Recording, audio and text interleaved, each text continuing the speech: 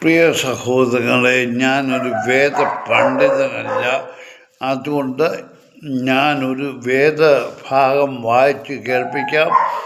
നിങ്ങൾ അറിവുള്ളവർ അത് മനസ്സിലാക്കുക. ദൈവത്തെ പ്രസാദിപ്പിക്കുന്ന ഉപവാസം, അത് ജനങ്ങൾ പറയുന്ന ഓരോ കാര്യങ്ങളുണ്ട്. അത് കേട്ടിട്ട് യേശു പറഞ്ഞ്, എനിക്കിഷ്ടമുള്ള ഉപവാസവും മനുഷ്യരുടെ ആത്മാവിൻ്റെ ദിവസവും ഇങ്ങനെയുള്ളതോ, തല വേഴത്തെ പോലെ കുനിക്കുക, പരുക്കൻ വസ്ത്രം ധരിച്ച് ചാർത്തിരിക്കുക, ഇതാകുന്നുവോ ഉപവാസം? ഇതിനോ നീ ഉപവാസവും എന്നും യഹോവയ്ക്ക് പ്രസാദമുള്ള ദിവസമെന്നും പേര് പറയുന്നത്?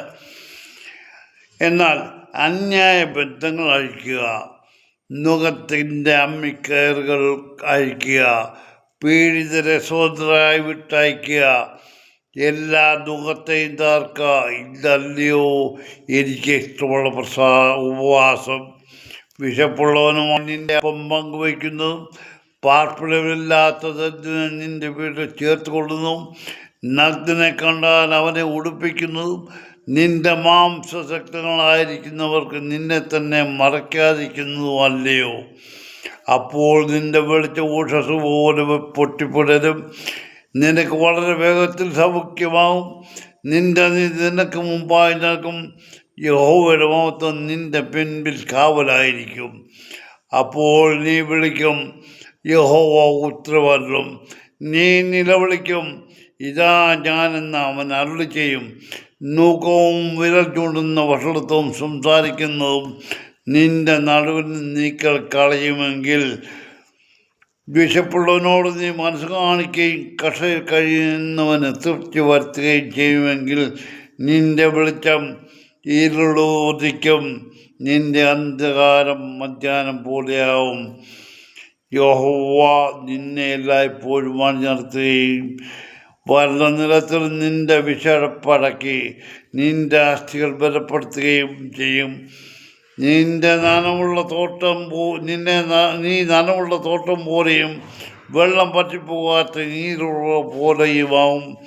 നിന്റെ സന്ധി പുരാതന ശൂന്യങ്ങൾ പണിയും. തലമുറയായിട്ടുള്ള അടിസ്ഥാനങ്ങൾ നീ കെട്ടിപ്പൊക്കും. കേട് തീർക്കുന്നവനെ പോന്നും പാർക്കുവാൻ തക്കവണ്ണം പാതകൾ യഥാസ്ഥാനത്താക്കുവാനെന്നും നിന്നെ വിളിക്കും. അപ്പോൾ നമ്മുടെ ഉപവാസത്തെക്കുറിച്ച് ദൈവം പറഞ്ഞതാണ്, നമ്മൾ വിശപ്പുള്ളവനോടുകൂടെ നമ്മുടെ ആഹാരം പങ്കുവയ്ക്കുക, നഗ്നനെ കണ്ടാൽ അവനെ വസ്ത്രം ധരിപ്പിക്കുക. ഇപ്പം അതിനകത്ത് പറഞ്ഞത്, നമ്മൾ അന്യോന്യം സ്നേഹിച്ച് ഇല്ലായ്മയിൽ എന്തെങ്കിലും ഇല്ലാതെ കാണുന്നു